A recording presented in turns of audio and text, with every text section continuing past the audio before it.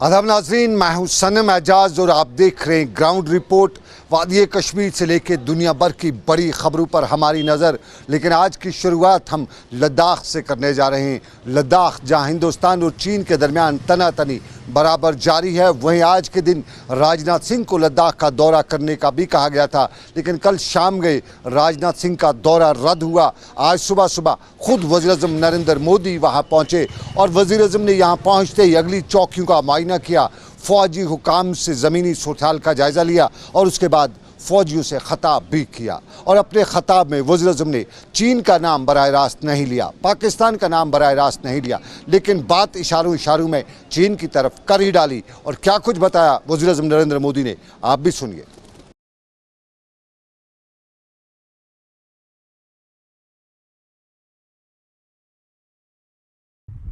बीती शताब्दियों में विस्तारवाद ने ही मानवता का सबसे ज्यादा हित किया, मानवता को विनाश करने का प्रयास किया। विस्तारवाद की जीत जब किसी पर सवार हुई है, उसने हमेशा विश्व शांति के सामने खतरा पैदा किया है।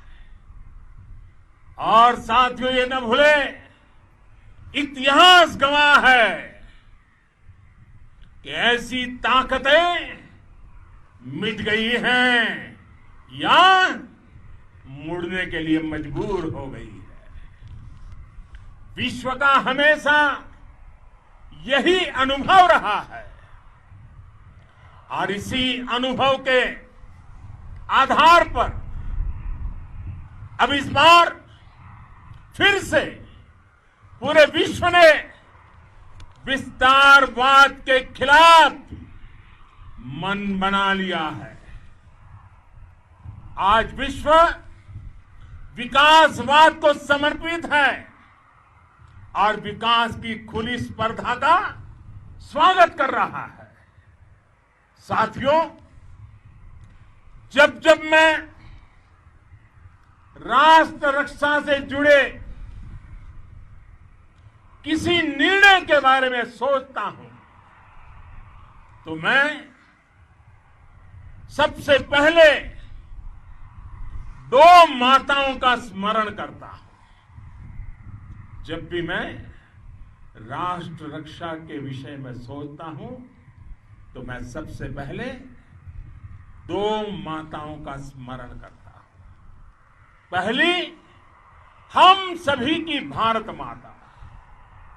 जब मैं दो माताओं का स्मरण करता हूं, पहली हम सभी की भारत माता और दूसरी वे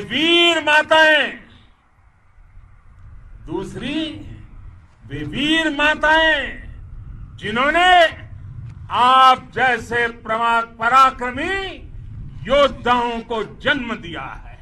मैं उन दो माताओं का स्मरण करता हूं। साथियों,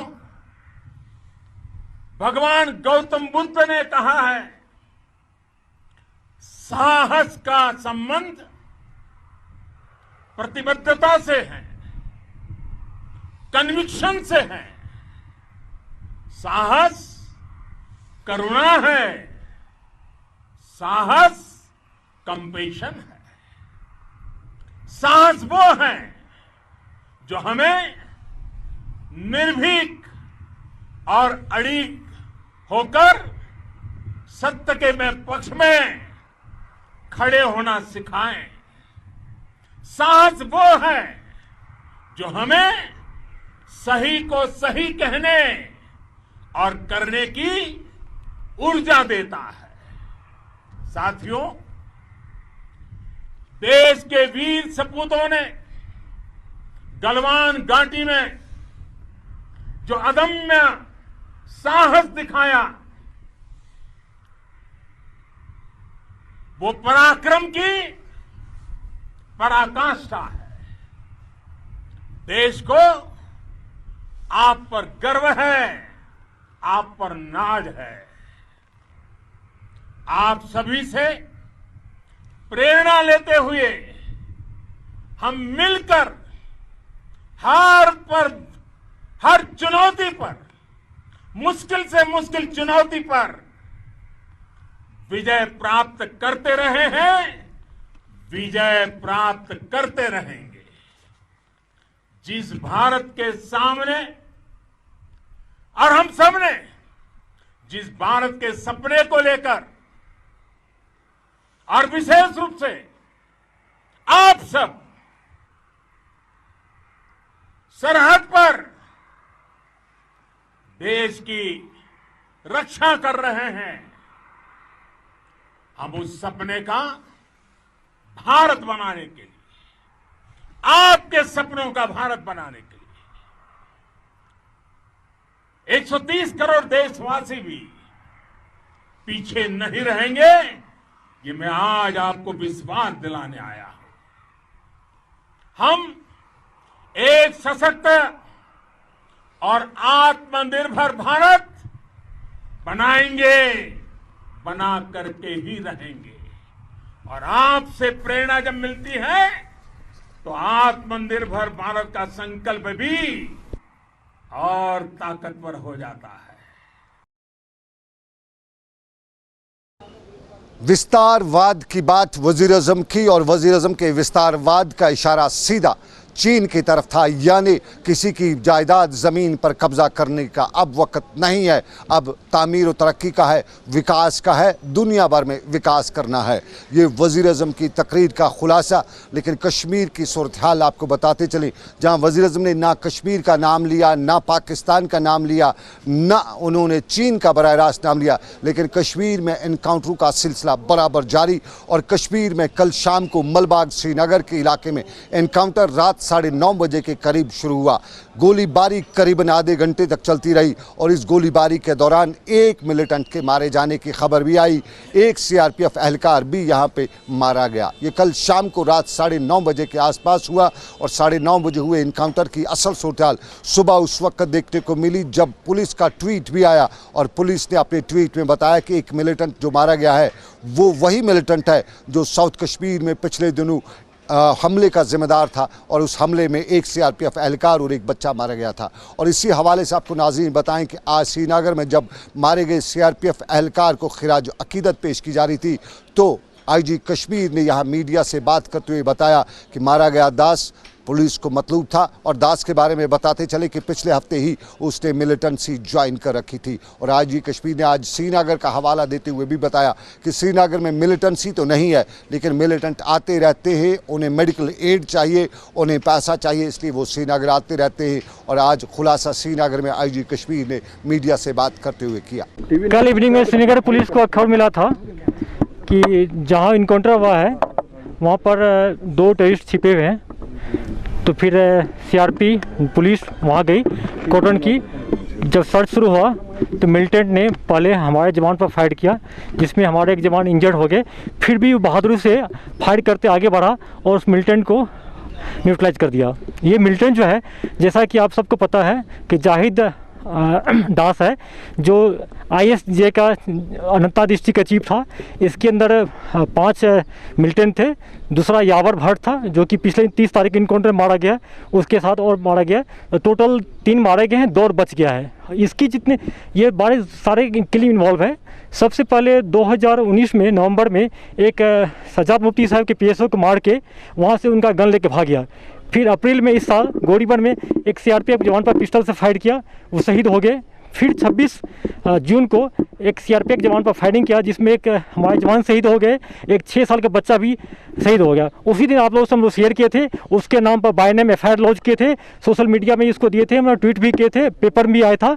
ये हमारे लिए बहुत बड़ा क्रिमिनल था और इसके मारे जाने से सिक्योरिटी फोर्स के सीआरपी पुलिस को बहुत बड़ी कामयाबी मिले हैं। श्रीनगर ऐसा सिटी है कि यहाँ मिलिटेंट बार बार आता है, कोई मेडिकल ट्रीटमेंट के लिए आता है, कोई फंड लेने के लिए आता है, कोई फर्दर मीटिंग के लिए आता है।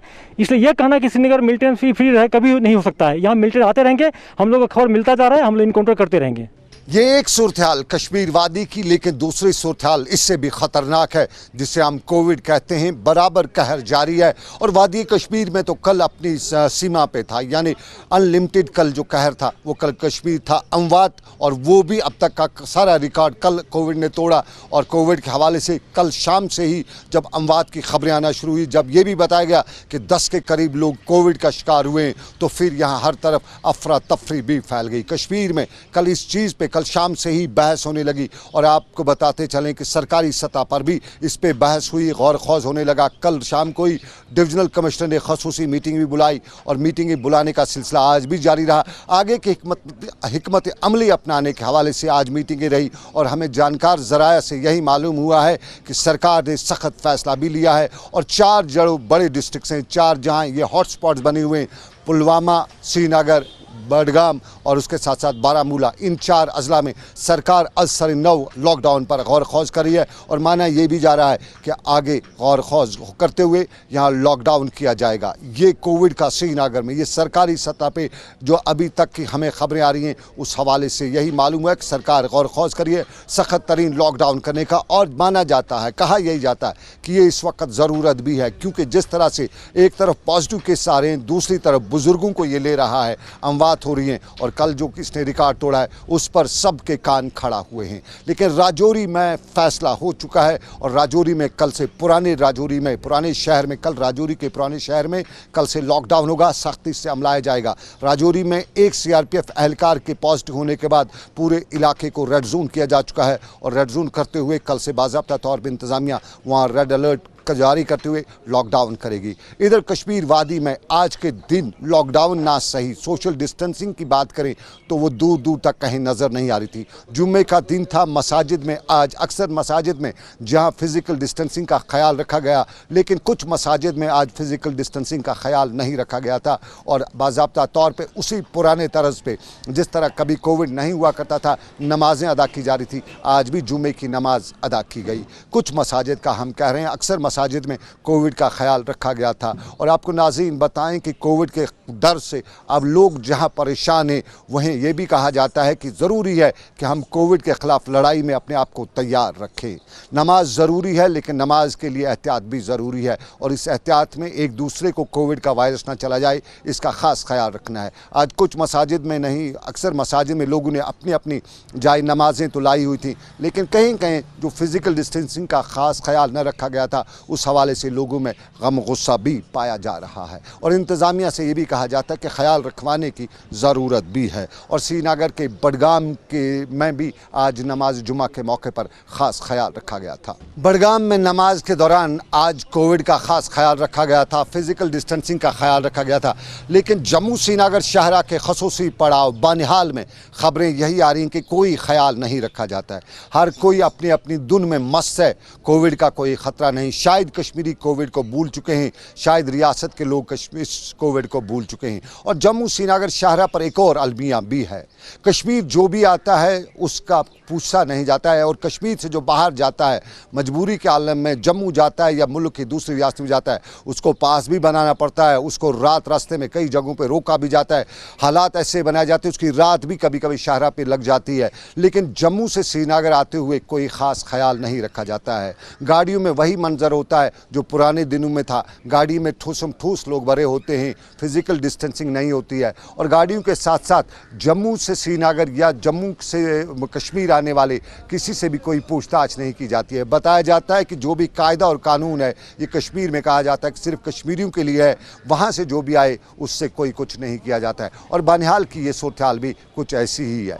चलिए, ये एक कहर और इस कहर पर सरकारी इंतज़ामात, अवामी ख़यालात, लेकिन इन्हीं अवामी ख़यालात और इंतज़ामात के बीच में हमारे यहाँ मनशियात का कहर भी है, बराबर पनप रहा है। आए रोज़ किसी न किसी जगह से मनशियात के हवाले से ख़बर आती है, नौजवान की मौत की खबर आती है और अक्सर यही बताया जाता है कि इस नौजवान की जो मौत हुई है वो पेचीदगी की जो मौत हुई है वो कहीं न कहीं पीछे इसके मंशियात हैं, लेकिन पुलिस भी काम कर रही है मंशियात के ख़िलाफ़। और सुंबल का इलाका जो मंशियात के लिए काफ़ी बदनाम है, वहाँ पे पुलिस ने कार्रवाई की है और पुलिस ने कार्रवाई करते हुए 2 मंशियात फरोशों को गिरफ्तार भी किया है।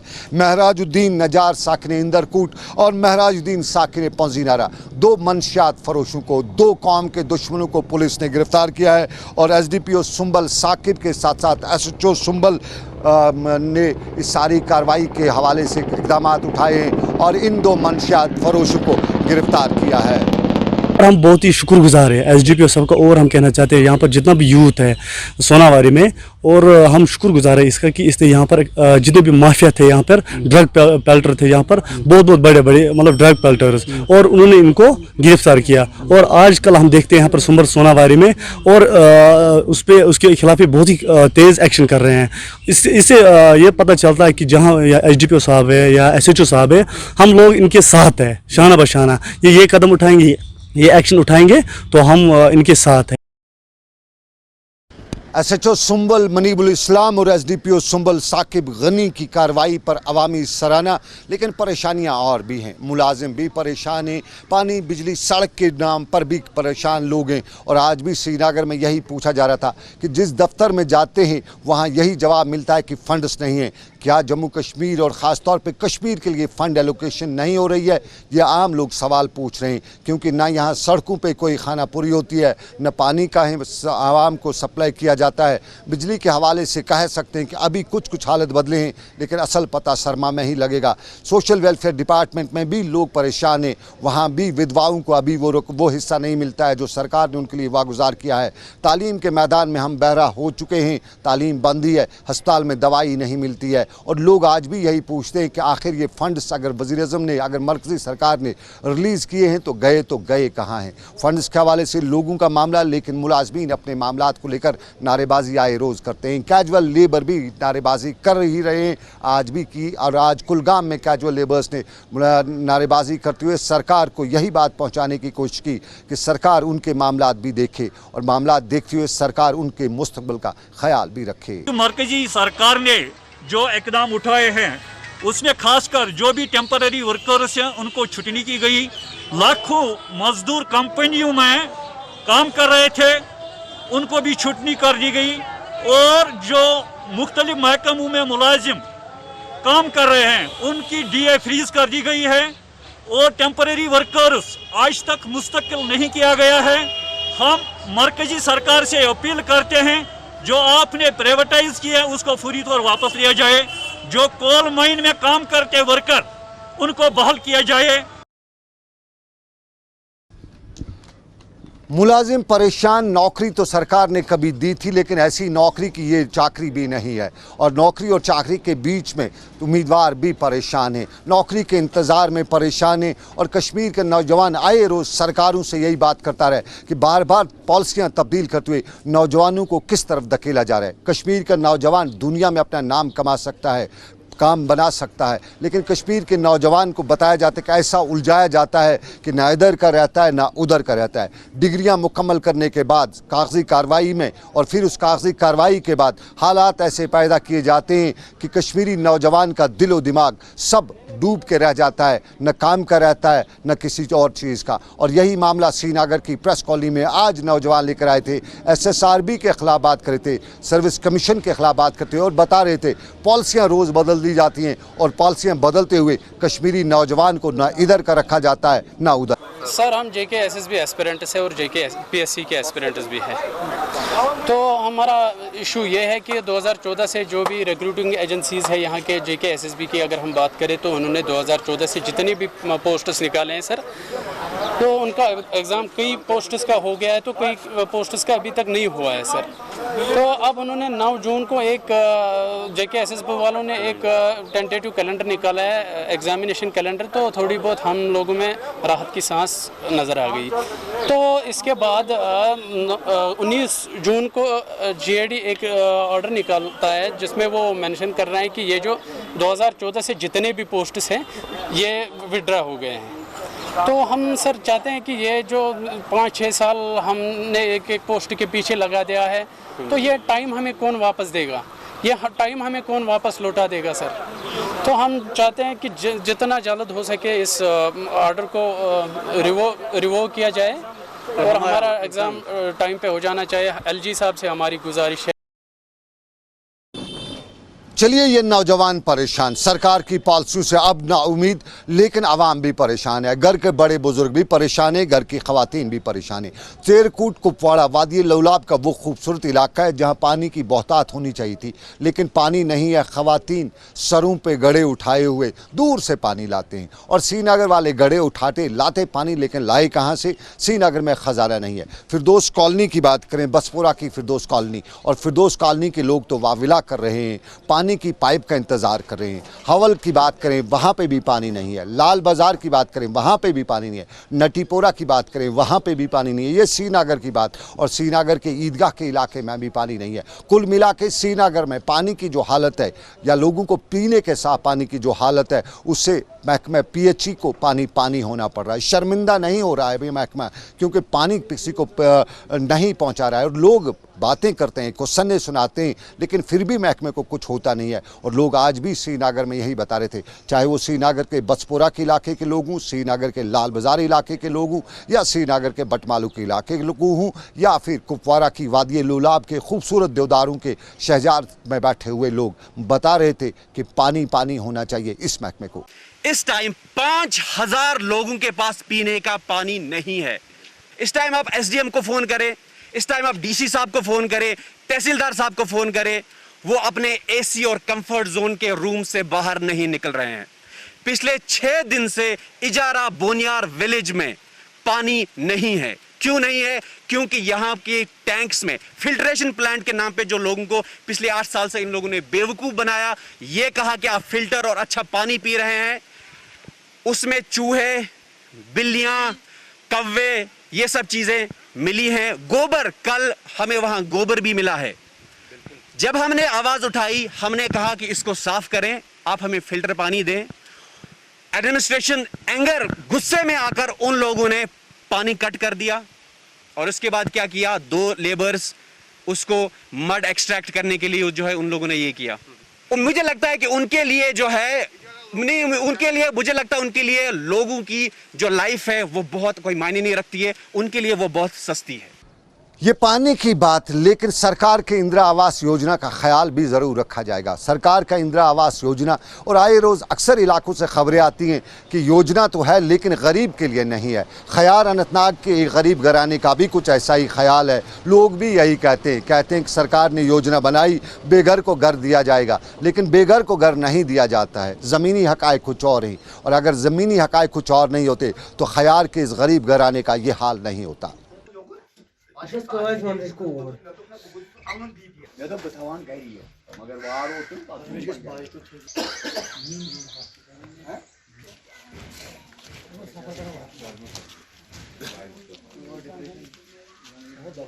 खयार रोजान वाल गई अमिस बस ना वारिया काल, अमिस गो 1.5 वरी पंचायत में बसान। गवर्नमेंट वन दोह दिवान मा दिवान ना कहें, मगर अमिस मुश्किल सोचान कि अम बचो वो पन अयाल तो ब्यूट वो बेस जाए बुझता। हाँ, गवर्नमेंट बिल्डिंग मज पंचायत मज बसान वनकस बुझता। दोह वन कर यूता यूता दिवान कहें, दोह अमिस फोटो तुलने, वनस ताम तुल 4 लट फोटो तो दिस ना कहें। चलिए, गरीब का ख्याल सरकार के इदारों में नहीं होता है, लेकिन गरीब के साथ साथ किसान का ख्याल भी नहीं होता है। राजौरी में आज किसान मेला लगाया गया था।